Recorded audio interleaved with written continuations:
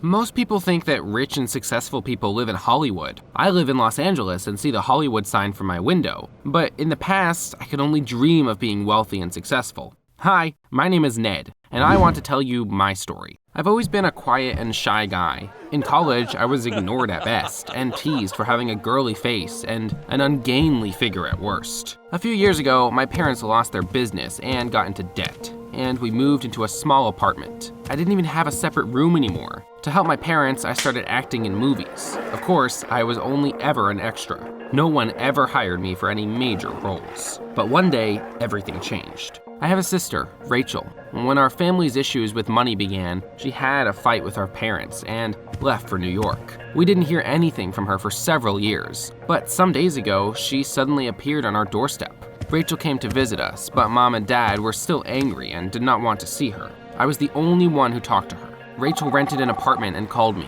asking me to come see her.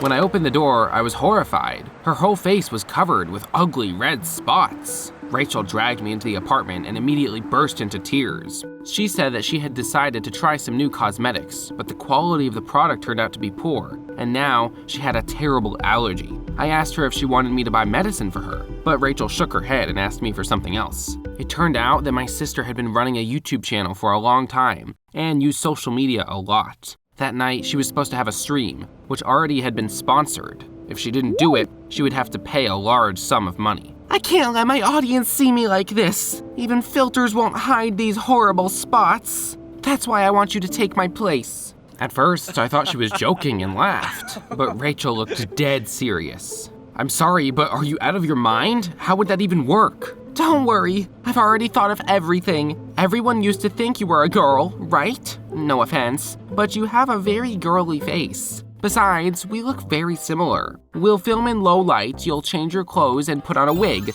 I will do your makeup and we'll change your voice using a special program. I've already installed it on the computer. The idea seemed insane to me, and I said no, but Rachel kept trying to convince me and knew exactly what to say. You always wanted to be in a big movie, so try yourself in an unusual role. In the end, she managed to convince me. When my new look was finished, we were both shocked by how girly I looked. Rachel closed the curtains, and I turned on some neon lights, and I sat down in front of the computer and camera. I was afraid to start the stream for a second and wanted to give up and run away. But it was a challenge, and I decided that I had to rise to it. The viewers immediately started asking me all sorts of questions. Rachel messaged me to tell me how to respond to them. At first, I felt uncomfortable, but then I got into it and relaxed. By the end of the stream, I even started improvising. Rachel looked at me, surprised, and gave me a thumbs up. I acted perfectly. The most amazing thing was that I even liked it. I felt so much more confident looking like a girl than I usually did. The next day, I decided to do something crazy. As I arrived at the film studio where I usually worked part-time, I sneaked into the room with the props, rummaging through the piles of things. I found several costumes and bright wigs. I managed to sneak them out of the studio, came to Rachel and asked her for cosmetics. Thanks to her tips and online lessons, I quickly learned how to put on makeup.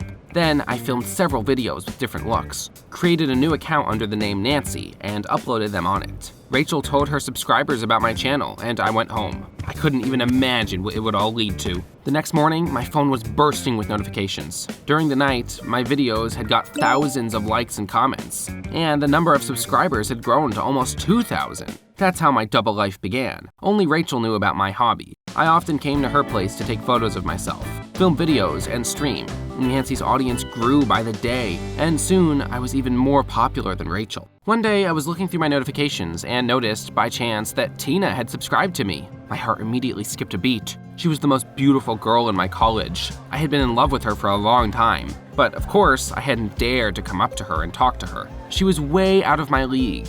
But then I got a message from her. Tina had written that she really liked my pictures. Well, pictures of Nancy, more like. I replied and we started texting each other quite often and gradually became virtual friends. I learned more about Tina in those weeks than I had in a year. She didn't get along with her dad. He wanted her to study finance, but Tina dreamed of going to heaven, literally. She wanted to become a pilot, an unusual dream for a girl, wouldn't you agree? But I understood her perfectly because I myself had dreamed of something impossible my whole life. One day, Tina texted me and said that she had broken up with her boyfriend. He had been cheating on her and dating someone else. I immediately wanted to find that guy and give him a good punch. However, when Tina texted me that she hated when people lied to her, I just bit my lip guiltily. I was lying to her too. I really wanted to open up to her and tell her the truth, but I couldn't. She wouldn't have talked to me again. One day, I came home from college and found my parents looking very upset. They were sitting on a sofa and hugging. Mom was crying and Dad was sorting out the checks scattered on the table. What happened? We did not repay the loan on time, and now we are being charged large interest. If we don't pay in a week, we will have to sell the apartment. I knew we weren't doing great, but I hadn't thought it was that bad.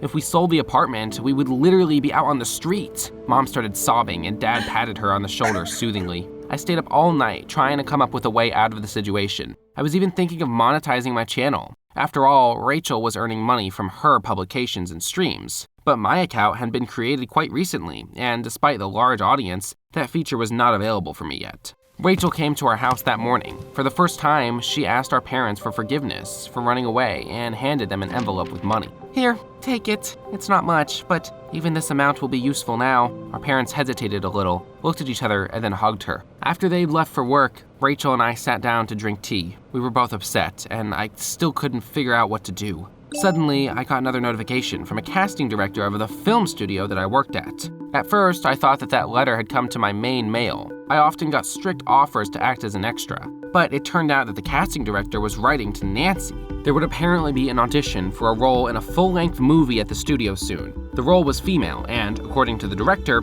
Nancy would be perfect for it. A famous producer was also supposed to come to the audition, and he would decide after seeing the audition whether he would invest in the movie or not. I was literally speechless. I had been dreaming about it for so long. I couldn't refuse such an offer. But the role was being offered not to me, but to Nancy. What would happen if everyone found out that Nancy was actually a guy? I was hesitant and didn't know what to do. But Rachel, as always, managed to give me the push I needed. Don't even think about refusing. This is a once-in-a-lifetime opportunity. Besides, you will be able to earn money and pay off Mom and Dad's debts. The last argument convinced me. I replied to the casting director and began to read the script he'd sent me. I didn't have much time to prepare and was terribly worried. For the next few days, I lost appetite, and when I once again refused to eat dinner, my mom thought I was ill. The only thing that distracted and helped me was talking to Tina. I posted the news about Nancy and told my subscribers I would be auditioning for a role in a movie. Of course, they were delighted. Tina wrote and said that she really wanted to come support me in person, but she couldn't. Her father was dragging her to some event. That was quite a relief, to be honest. It would have been very difficult for me to act in front of Tina. On the day of the audition, I came to Rachel's place, changed my clothes, and headed to the film studio. Even from afar, I noticed there were a lot of cars in the parking lot, and a huge crowd had gathered by the entrance. There were a lot of posters and printed photos of my face. Nancy's face, to be more precise. That even made me more nervous, and I walked into the studio using another entrance so that they wouldn't notice me. There were also many people next to the hall where the auditions were being held, but those were actors. I even noticed some celebrities among them. I was extremely anxious. I felt hot. Sweat was streaming down my forehead, so I had to fix my makeup several times. When the agent called my name and told me to come in, I felt like I was in a dream. When I walked into that hall, I tried not to look at anyone present. I got grip of myself, took a deep breath, and started to act out the scene. As soon as I started, the fear went away. I was completely taken by the role and no longer noticed anything around me.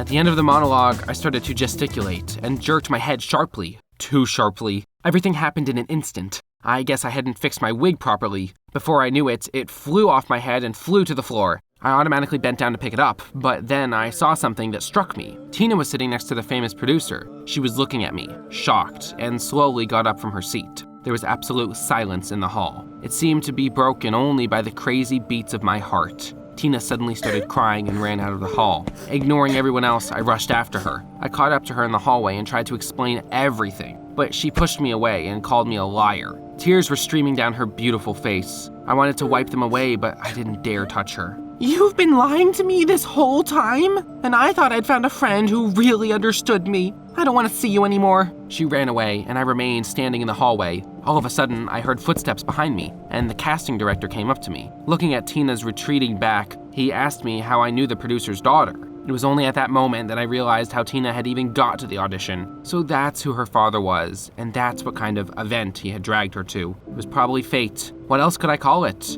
I was looking at Tina thoughtfully when the voice of the casting director brought me back to reality. Do you realize what the producer thinks of us now? We told him you were an internet star, but it turns out you are a guy? You will never be hired even as an extra anymore. No decent film studio will want you. It was weird, but at that moment, I didn't care. Tina's tear-stained face was still standing in front of my eyes, and the director's screams only irritated me. In the middle of his rant, I turned around and shrugged to the exit. But then I remembered that I had not put on another wig. It was too late. The crowds of fans saw me without it. I didn't know if they'd realized that their idol was a guy or not. Suddenly, I heard someone call my name. Turning around, I bumped into Tina's father. Young man, can I talk to you for a minute? He took me aside and looked me up and down. I felt uncomfortable and thought that he would also scold me, but then something incredible happened instead. I really liked your performance. Of all the actors, you were the most suitable for this role, and the fact that a guy will play a female character will be the highlight of the whole project. You agreed to the role, right?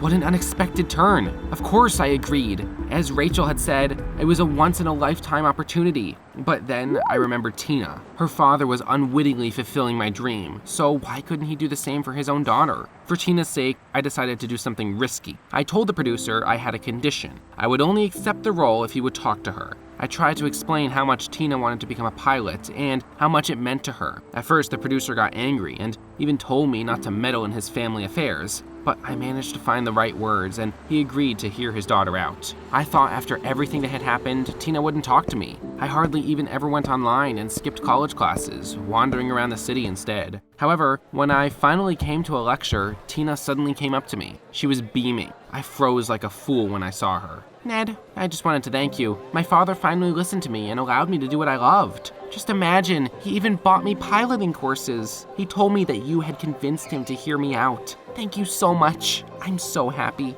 I'm so sorry I didn't tell you the truth about myself right away. I was afraid that you would stop talking to me. I really like you, Tina. I have for a long time. And then, something happened that shocked me even more than getting that role had. Tina stood on her tiptoes, put her arms around my neck, and kissed me. Since then, we started dating. That's the story. Tina was successfully taking piloting courses and spending her free time with me at the film studio. Now everyone knows that a guy called Ned is hiding behind the bright mask of Nancy. Some people hate me for it. Some reacted to the news calmly, but most of my subscribers still support me. I got a good advance for the role and monetized my account. I managed to get rich very quickly, and the first thing I did was help my parents and pay off their debts. Rachel finally moved back to Los Angeles. We often stream together. Most people think that only rich and successful people live in Hollywood. I also live here and even acted in a big movie. But you know what? It doesn't matter where you live, how much you earn, or how you look. The most important thing is to be unique. Stay true to yourself and not let what others think about you influence your decisions. What's your dream job? Tell us in the comments down below. If you're watching this, you've already breached the SCP Foundation protocols. Stay where you are. The cleanup team is on the way. In the meantime, you can watch stories of the people who were lucky enough to encounter the most anomalous SCP objects. When the Foundation staff arrives, you will be treated by Class A amnestics and you won't recall anything. This record will self-destruct in 3, 2, 1.